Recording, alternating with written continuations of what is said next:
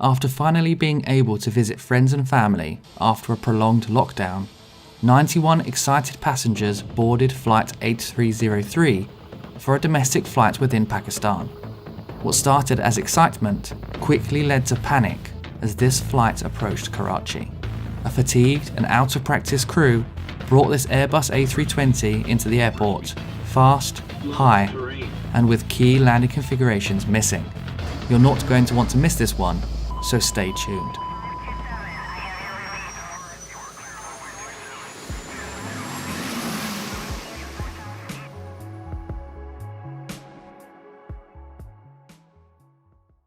On the 22nd of May 2020, this Airbus A320-200, operated by Pakistan International Airlines or PIA, was set for a regular commercial passenger flight from Lahore to Karachi, both in Pakistan.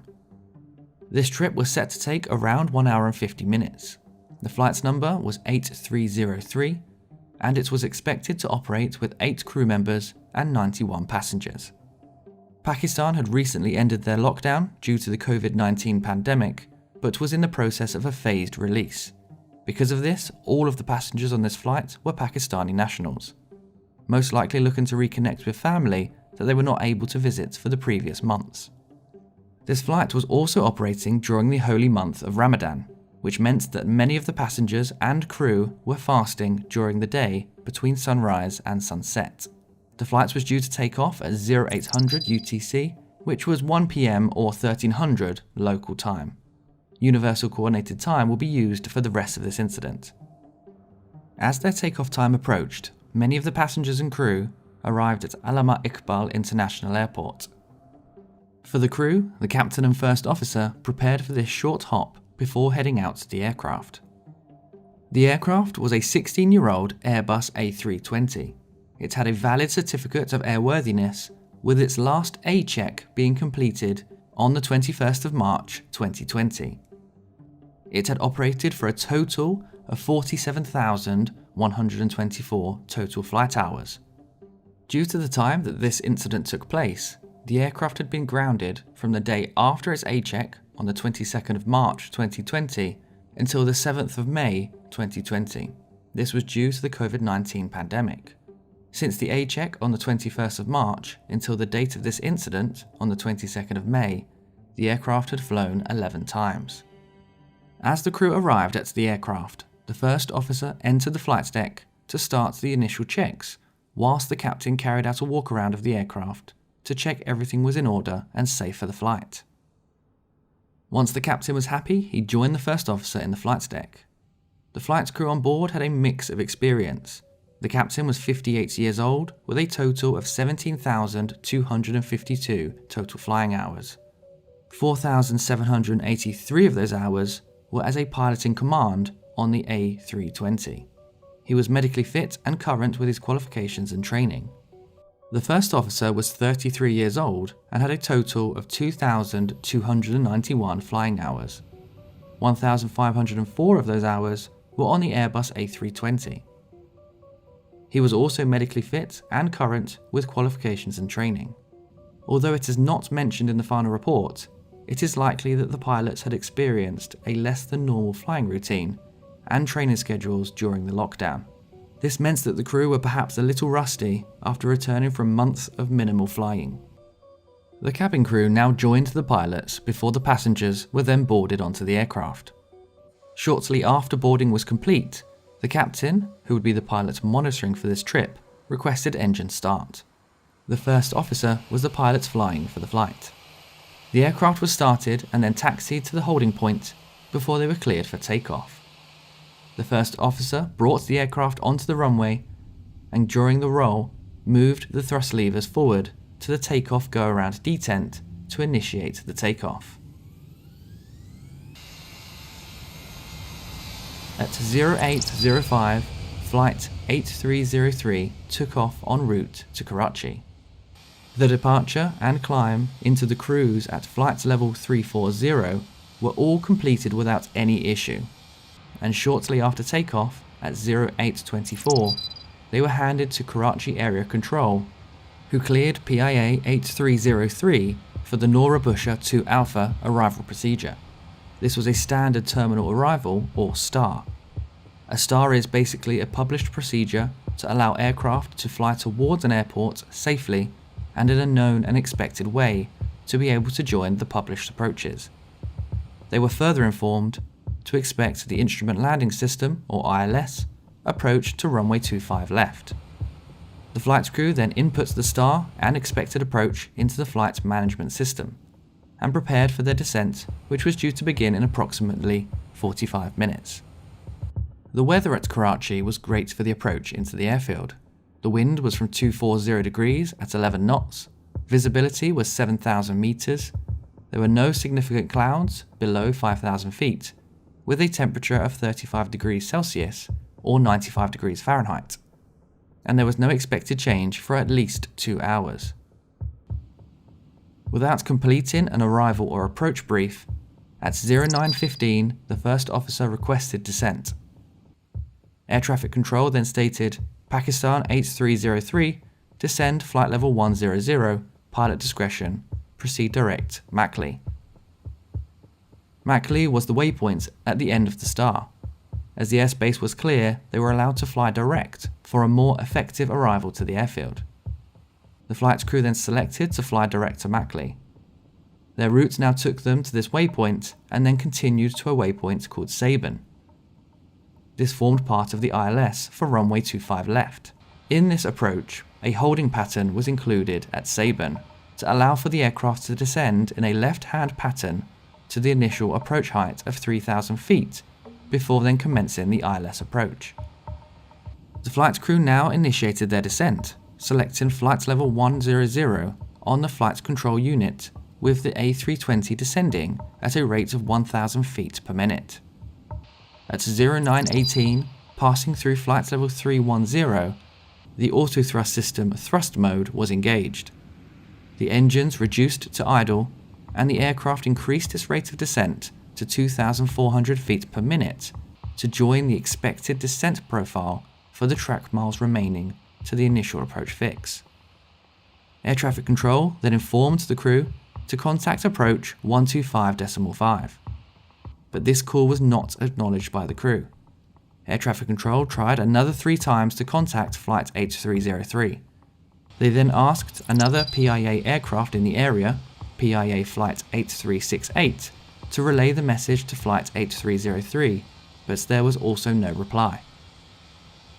Karachi approach then called PIA 8303 on 125.5, which was the frequency they were expected to tune to, but this was also unsuccessful. They then finally tried on guard, and guard is an emergency frequency that all aircraft should monitor, the civilian frequency being 121.5, and it is a reserved or guarded frequency used for emergency communications. After the third attempt on guard, flight 8303 responded with, "Strength 2 sir, confirm changeover to 126.5. They were then informed to contact approach 125.5. They made successful contact with Karachi approach, and then they were cleared to descend to 3,000 feet on 1004 hectopascals, and cleared for the ILS runway 25 left. At this point, they were descending through 15,400 feet at a speed of 250 knots. As they continued their descent, the time was now 09:30. They were 16 nautical miles from runway 25 left and passing waypoint Mackley through 9,360 feet at 240 knots. This was considerably high to join the ILS with the expected 3-degree glide slope. Seeing this on the radar and transponder of the aircraft, Karachi approach contacted flight 8303 and asked, "Pakistan H303, confirm track mile comfortable for descent." To which flight 8303 responded, "Affirm." The captain, now checking the planned routing, exclaimed, "What has happened? Stop! Stop, oh no! Take out the hold, take out the hold, take out the hold." The first officer responded, "Hold taken out. Should we report this happening?" The captain replied, "No, this could be due to hold, tell Karachi approach that were established on the localizer."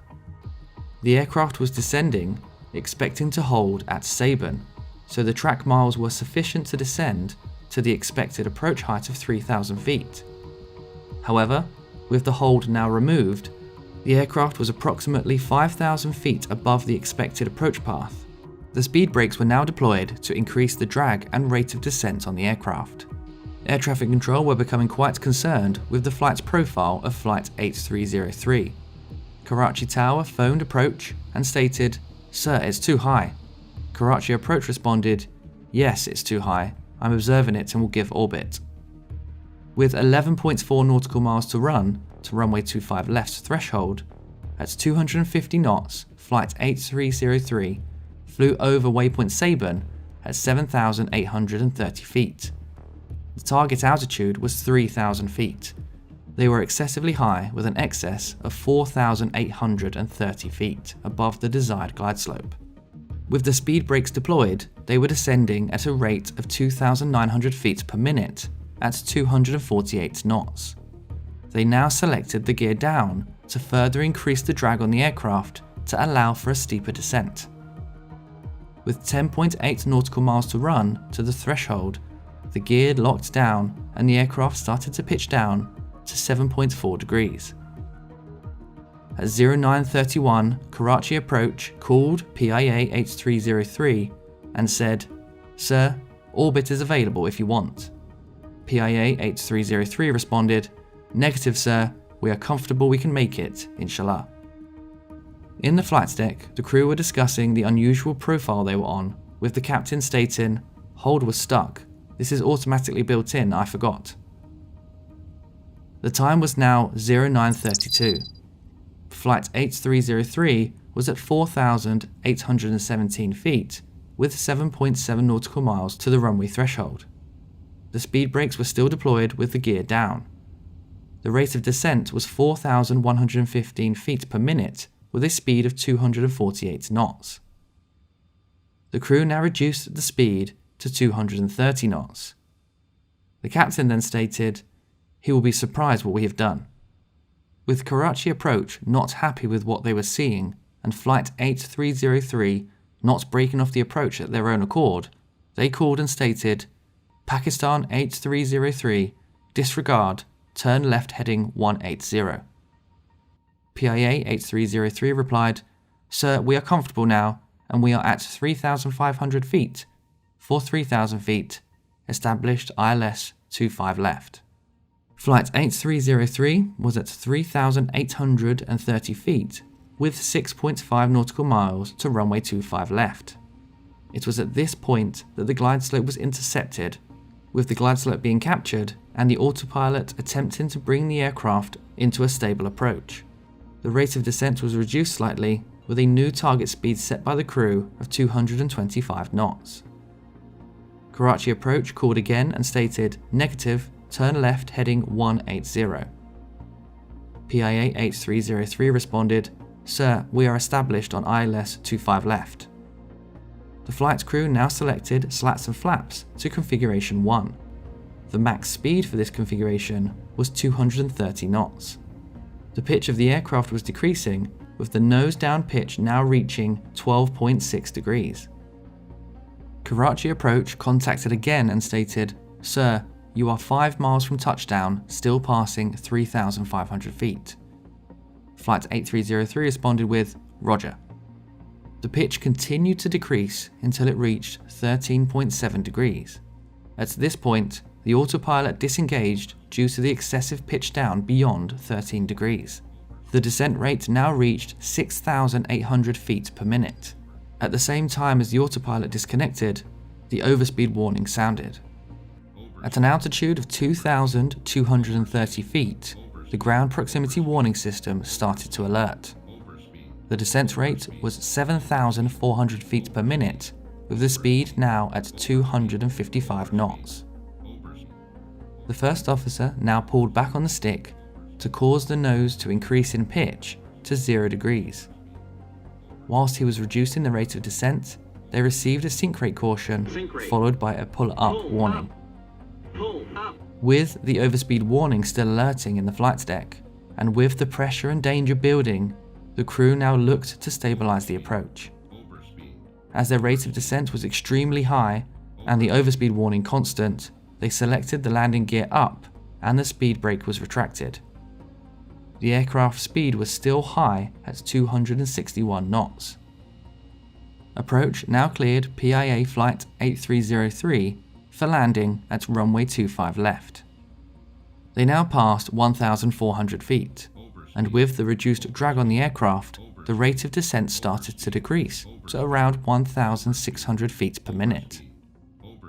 The aircraft was still at 247 knots, with only 4.3 nautical miles to the threshold of runway 25 left.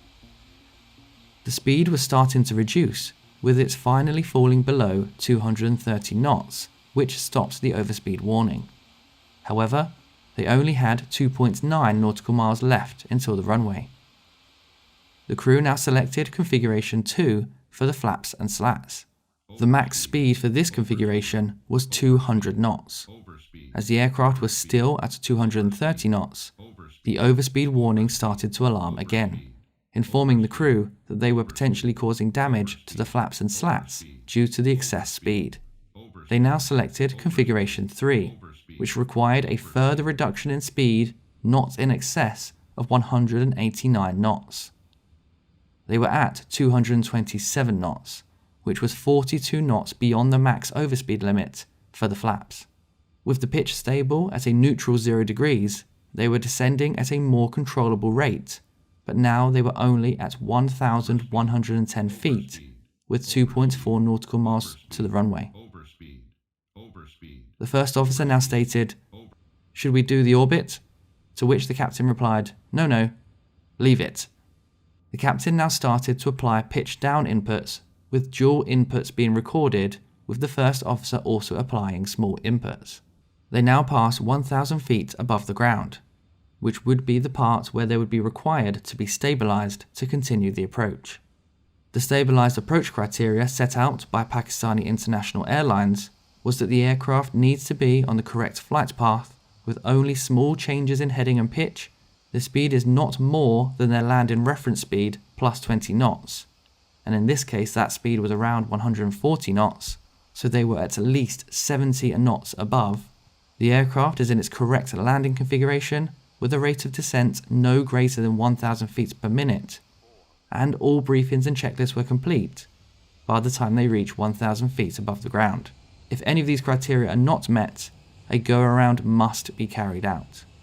For the crew of Flight 8303, the overspeed warning was still active, as they were still at 217 knots, with 1.5 nautical miles to go. At the same time, the landing gear not down warning was displaying on the Electronic Centralized Aircraft Monitor, or ECAM, with an illuminated red arrow beside the landing gear lever active. However, as the overspeed warning was still alerting, it had the priority over the other displayed warnings and was already illuminating the master warning light and oral warning. The captain now stated, "Cancel it," referring to the emergency cancel on the ECAM control panel. This caused the overspeed audio warning to cancel. The captain now became the pilot flying as he pressed the priority button on his side stick to take control, although it was not verbalized in the flight deck.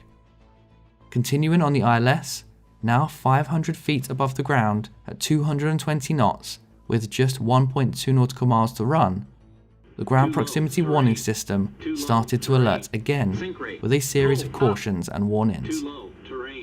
As they continued speeding down the glide slope, they passed over the runway threshold at 24 feet with a speed of 205 knots. The captain reduced both thrust levers to idle. The ground proximity warning system now cut out as the aircraft was below 30 feet on the radar altitude.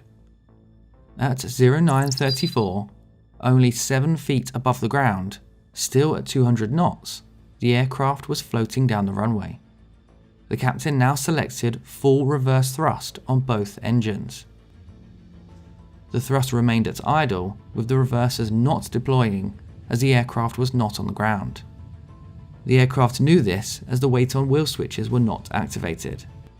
They continued to float down the runway for a further 4,000 feet until, At 4,500 feet from the runway threshold, the aircraft made contact with the ground.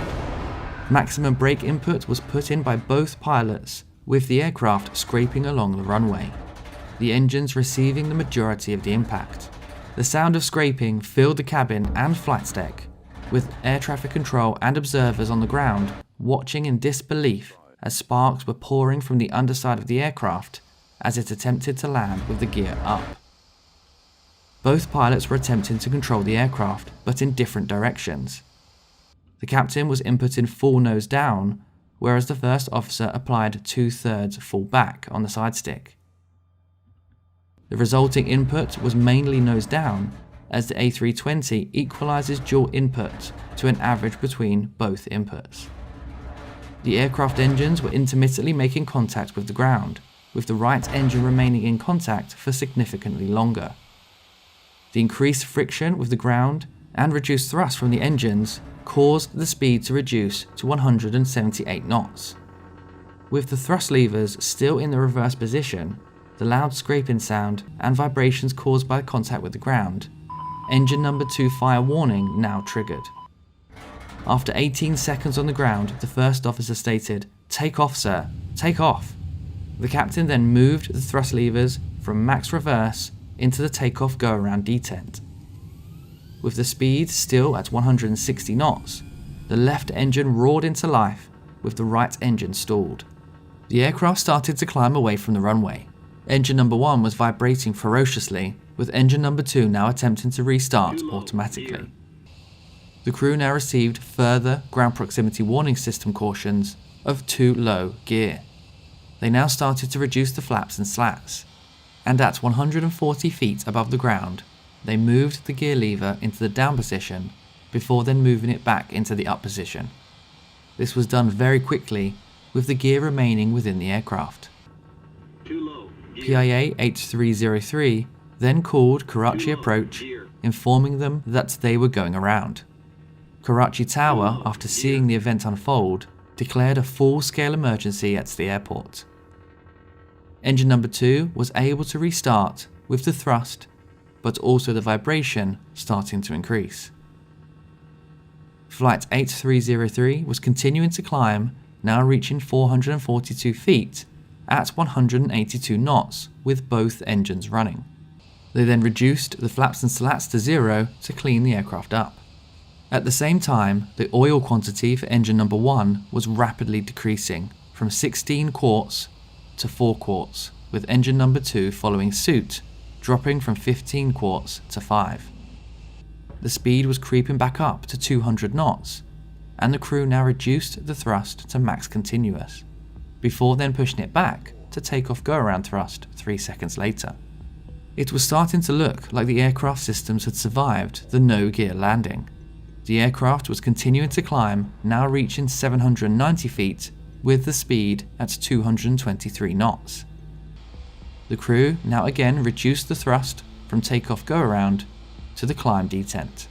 5 seconds after reducing the thrust, and at 0935, engine number 1 oil low pressure warning was activated. The crew cancelled the warning and continued to fly ahead on runway track, now reaching 1,270 feet at 243 knots. The crew decided to select configuration 1, but both engines were starting to struggle, with both starting to slowly reduce thrust. They now received a further warning for engine number 2, oil low pressure. The flight crew for flight 8303 now requested heading and to be vectored for the ILS for runway 25 left for a second attempt. Karachi approach then informed flight 8303 to turn left heading 110 and climb 3,000 feet. In the climb to 3,000 feet, at 2,470 feet they started to turn left. Engine number 1 now started to significantly reduce before shutting down completely. The first officer now stated, "Thrust lever number 2 idle. Move number 2 to idle." The captain then reduced the thrust lever for engine number 2 to idle, but the engine number 1 thrust lever was kept at maximum climb.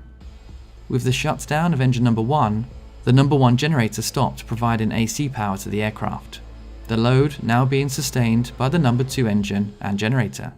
With the remaining speed, they managed to climb the aircraft to 3,100 feet, but the speed was now starting to reduce. Engine number 1 had completely shut down, and engine number 2 was running at idle. The speed was now falling past 199 knots. Engine number 2 was struggling, and at a low thrust setting, electrical power supplied by the generator stopped. This caused many of the systems to fail. The most obvious one for the crew was the loss of screens for the first officer.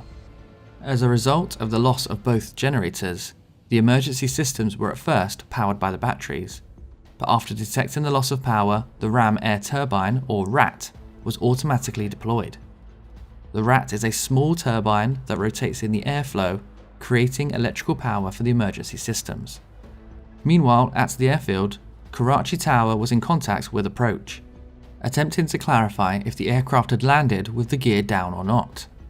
The aircraft was now starting to descend, with minimal thrust being supplied by the right engine. Both pilots started to try and control the aircraft, with the alert dual input being announced to warn the crew. They then received a stall warning.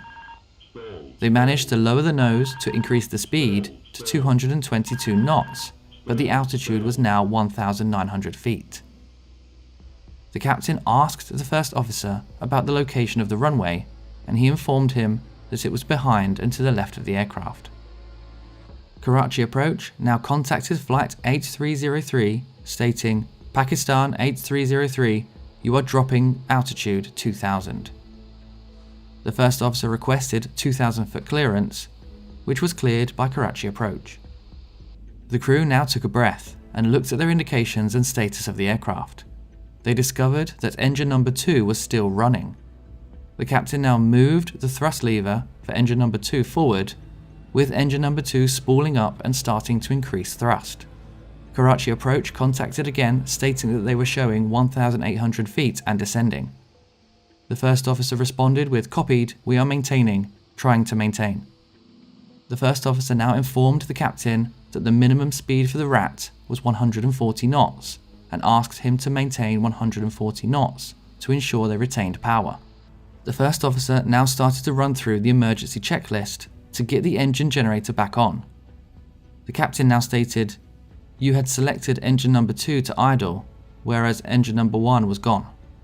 To which the first officer replied, "Yes." Even with the power lever forward, engine number 2 was not effectively producing thrust and was operating around 65% its normal speed. At 0938, the flight's crew were met with several loud bangs, with the aircraft vibrating and swaying with each noise. Engine number 2 was starting to stall. The captain questioned what the noises were before the first officer informed him to reduce the speed. The engine number 2 indications were fluctuating. It was attempting to hold the thrust, but would reduce before surging forward again. In the cabin, panic had fully set in. From what appeared to be a normal approach 4 minutes ago, they had experienced the scraping and sparks of the landing without the gear, this go-around, and the vibration that followed. The stalling engine was not a comforting sound, but the distance they had climbed from the ground was at the very least slightly reassuring. In the flight deck, the captain now asked for flaps 1. The first officer selected flaps 1, and after selection, a single master caution chime was triggered. The extension of the flaps increased the amount of lift, but also drag on the aircraft. Engine number 2, which was providing all the thrust to the aircraft, now started to reduce. The struggling A320 now fell into silence, as both engines had reduced below a thrust level able to maintain their height, before then stopping completely. This silence was broken when the flight's crew received a stall call-out, followed by a master warning. The first officer asked the captain to increase the speed. The captain lowered the nose of the aircraft slightly, and with the reduction in pitch, the stall warning ended, and the speed started to increase. The first officer asked the captain to continue to increase the speed, with the captain replying, "How would I increase speed?" Looking for other options, the first officer asked, "Do we have Faisal base here?" This was a military airbase in close vicinity to Karachi. Before the crew could explore this option any further, Karachi Approach called and stated, "Appears to be turning left." The first officer replied, "We will be proceeding direct, sir. We have lost engines." The stricken aircraft now at 1,500 feet with a speed of 177 knots. Under the immense stress of the situation, both the pilots now started to attempt to control the aircraft, with the call-out dual input cutting through the flight deck. Karachi Approach contacted Flight 8303 again and asked, "Confirm you are carrying out a belly landing." The first officer replied, "Negative, sir." With the events of the landing still fully in the minds of the pilots, the captain, who was completely focused on flying the aircraft, asked if the landing gears extended. The first officer double-checked inside and confirmed that the landing gear was not extended. Still attempting to glide the aircraft to safety, but losing height rapidly, the crew then extended the landing gear. The captain told the first officer, "Cabin crew to be seated." The first officer relayed this message to the cabin. "Cabin crew to your station for landing." For the passengers, they had not heard from the flight deck in a while. The information that a landing was imminent must have brought some relief. The captain had managed to maintain the speed, but the aircraft was now 700 feet from the ground, still in the left turn. The crew had managed to bring the aircraft downwind of the runway and was now attempting to turn left to line up with the runway. The left turn only reduced the amount of lift produced by the aircraft, but with the surrounding area built up with buildings, the captain had no choice but to attempt to return to the airfield. Realizing the inevitable situation they were in, the captain now called, "Mayday, mayday, mayday," to the first officer. The first officer relayed this message to air traffic control, and at the same time the stall call-out started again with the cricket. Karachi Approach informed the crew of Flight 8303 that both runways were available for landing. The crew had turned through north and were looking to line up with the runway on a track of 250 degrees. They were now at 285 degrees, but the ground was approaching rapidly. The captain, attempting to extend the glide as much as possible, stated, "Don't take flaps, don't take flaps." With no options left, and with only 400 feet between Flight 8303 and the ground, the captain raised the nose in an attempt to remain airborne, but this caused the speed to drop to 142 knots. With nothing more they could do to return safely, the captain at the last moment stopped the turn at a street between two rows of buildings, and at 0940, PIA Flight 8303 impacted the ground. In the crash, 97 out of the 99 people on board lost their lives, with 2 people surviving with injuries. On the ground, 1 person was killed, with 3 others injured. This was an extraordinary event. As the investigation team of the Aircraft Accident Investigation of Pakistan arrived on scene to investigate, the flight's data recorder and cockpit voice recorder became vital parts of the puzzle. The first major question was if there was a fault with any systems on the aircraft, especially with the landing gear. It was discovered that the systems were working as expected. As we saw from the incident, the crew were too high and fast and used the gear as a means of slowing and descending the aircraft, before then forgetting to put them back down. The reason the crew were not warned that the gear was up for landing was because their speed remained above the threshold required to trigger the oral too low gear warning. This required them to be at 190 knots below 500 feet above the ground, which they didn't get below before touching down. As we discussed earlier, the master warning light and ECAM message was illuminated for the gear knots down, but it was superseded by the overspeed warning. After checking the cockpit voice recorder, crew resource management, or lack thereof, was found to be a contributing factor to this incident. There were numerous deviations from standard operating procedures, required briefings were not conducted, and several alerts and warnings were either ignored, not verbalized, or cancelled. They did not carry out an approach briefing for their approach into Karachi, or check the flight management system that their flight plan and path was as expected. They didn't monitor or verbalize their descent, and when selecting the gear, this was not cross-checked or verbalized. The same was true of all the warnings and cautions they received. When the captain took control, this was not confirmed with the first officer either.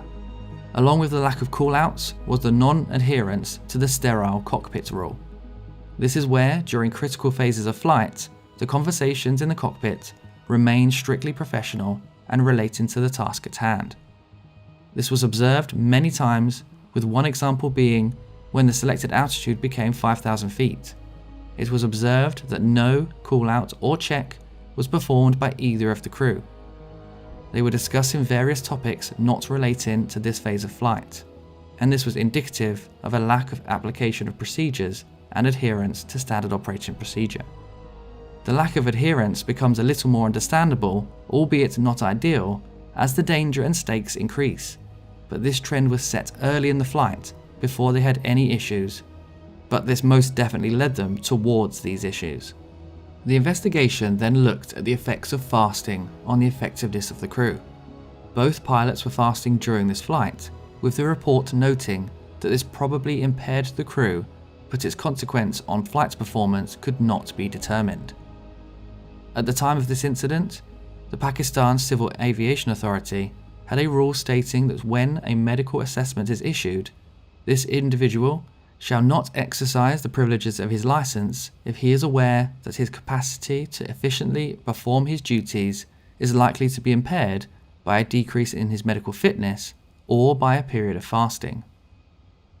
In a further air navigation order, it stated, if the holder of a license is aware or has reasonable grounds to believe that his physical, oral or visual condition has deteriorated in any manner, even if only temporarily, as a result of a common minor ailment or by a period of fasting, so that it may be below the standard of medical fitness required for the grant of such a license, he shall not act in any capacity for which he is so licensed until he is satisfied that the condition is improved. Pakistan International Airlines would regularly issue internal safety alerts to its crew to remind crews to remain in line with these regulations. Also, while air traffic control were actively attempting to prevent this tragedy, it was noted that more communication could have been had with Flight 8303 regarding the gear not being extended. This would normally be checked by air traffic control on approach, but this was missed, with a mitigating factor being reduced staff due to both the COVID restrictions and the reduced number of aircraft arriving at the airport. One additional point that may have played a part in this incident was the scandal that hit the Pakistan aviation industry later in 2020, as it was discovered that at least 150 pilots out of 434 from Pakistan International Airlines held fake pilots' licenses or had cheated in exams. After this information was made public, the investigative team looked further into the licensing of both pilots in this incident and declared that both crew had valid licenses under the Pakistan Civil Aviation Authority. There were several safety recommendations that came from this investigation. For Pakistan International Airlines, they were to take necessary measures for compliance of standard operating procedures by flight crew. They were to review its crew resource management program to promote effective flight deck communication, and to take necessary measures for compliance of regulation regarding pre-flight medical check and flying while fasting. For the Pakistan Civil Aviation Authority, they were to take necessary measures for compliance of standard operating procedures by air traffic controllers and flight crew, develop an effective flight data analysis and crew resource management regulatory oversight program, and to review existing regulations pertaining to flight crew flying while fasting. On the 1st of December 2020, they issued a revised air navigation order which addressed flying while fasting. It states, no crew member shall exercise the privileges of his or her license as a crew member while fasting. I went down a slightly different path for this one. As many of you know, I will usually cover less well-known incidents, as I feel there is a great deal to learn from the incidents you haven't heard of. For this one, it has been one I have had my eye on for a while, and with the final report only being released recently, it was one I wanted to cover, as the series of events seemed extraordinary. I hope you found the video insightful, and if you did, please click the like button. Thank you for watching, and as always, I'll see you in the next one.